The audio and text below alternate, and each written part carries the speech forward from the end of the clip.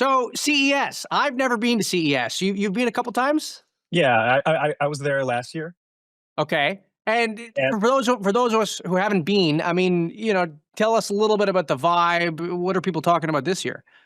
yeah, I mean, it's like kind of like the annual pilgrimage of consumer electronics companies. But the last few years, it's evolved into like more than just gadgets, like your phone, but automated cars, robotics, AR, VR, and now of course AI.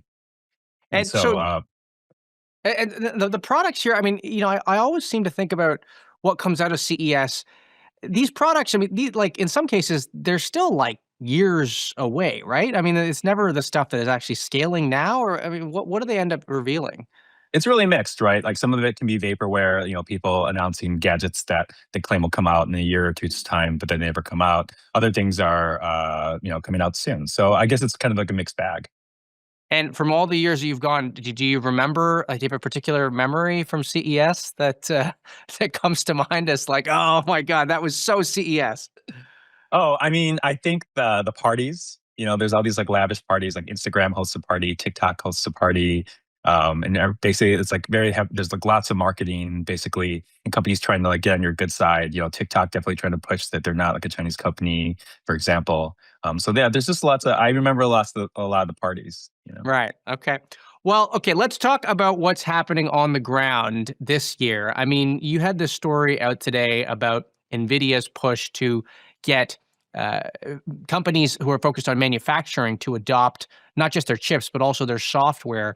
Talk a little bit about this business line and why this is such a big focus for Nvidia, and then we'll talk about how it's going in a second.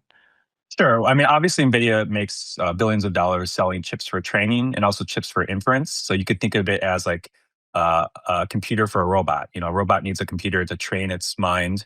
People are buying chips for that. A robot needs a computer to run in itself. NVIDIA sells the chips for that as well.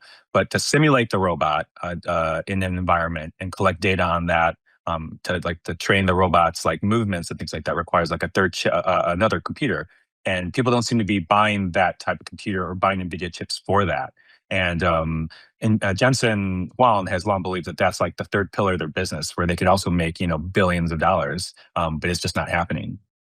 And so you talked about this idea of a digital twin in the story. So help me understand what exactly this simulation looks like and what it's emulating. Yeah, so a digital twin is kind of like, say, you were simulating a robot. You build the robot in a digital world. You build the digital world itself, and then you would like run the robot in that world and collect data on it to kind of help improve like how it moves and how it thinks. And so it's essentially like a digital version of the physical object that you are trying to make or build. So it's like putting like a digital version of the robot or the machine in sort of a like a metaverse like reality to emulate what could happen essentially. Right, right. And so NVIDIA has been pushing tools to not just build these like 3D objects, but also to simulate them. And so, and Jensen believes that everyone in the world will need a digital twin, including yourself. You'll need your own, and of course, you'll need to buy an NVIDIA chip to run that digital twin. So everyone will have their own GPU, their own digital twin. That's like his vision for the future. That's his long-term vision. So he's been working toward that. And so they announced Omniverse, this kind of division or product in like 2021, you can like download the software for your computer and run it on NVIDIA chip on your computer, but you can also lease, or buy and rent, thousands of NVIDIA GPUs in the cloud. And so my story basically kind of talks about how people aren't doing the latter, right? They're not using large scale simulation in the cloud. Why not? I guess like there's a lot of reasons. One is internally there's issues. The company itself has had trouble executing, building software for that division. They've built lots of flashy demos over the years that they've shown to Jensen to try to impress him. But starting around late 2023, early 2024, Jensen was starting to get frustrated because he saw these great demos, but none of them actually turned into real products. And he felt that engineering time was being wasted on these demos, that they should focus at least and pick at least one thing to actually ship and deliver. And they weren't doing that at the time. Is there actually a market here for these products and tools, or is this really just NVIDIA looking for more ways to grow, do you think? Well, Jensen believes, especially with the explosion in demand for AI, that there definitely is a market that eventually, if you're going to have lots of robots walking around or autonomous cars driving everywhere, that obviously you need to kind of simulate what they do. You can't just put them on the physical world. So that's the other way, right? You can just run them in the physical world and collect data for that. But that's Right. expensive, right? You have to build the product first. You have to run it in the real world, especially with autonomous driving. Cars, could hit people, things like that. So if you just run them in simulations like thousands of times, millions of times, and collect the data that way, it's safer and cheaper. But who are the customers that have bought into this idea of using these simulations so far? Well, lots of people do use simulations. It's just they don't use Nvidia's products, right? So Oh, Tesla's simulating their cars, right, on the road, and Optimus, their robots, their humanoid robot as well. But they don't use Nvidia's tools, right? oh, And they so may so not use it, Nvidia's chips.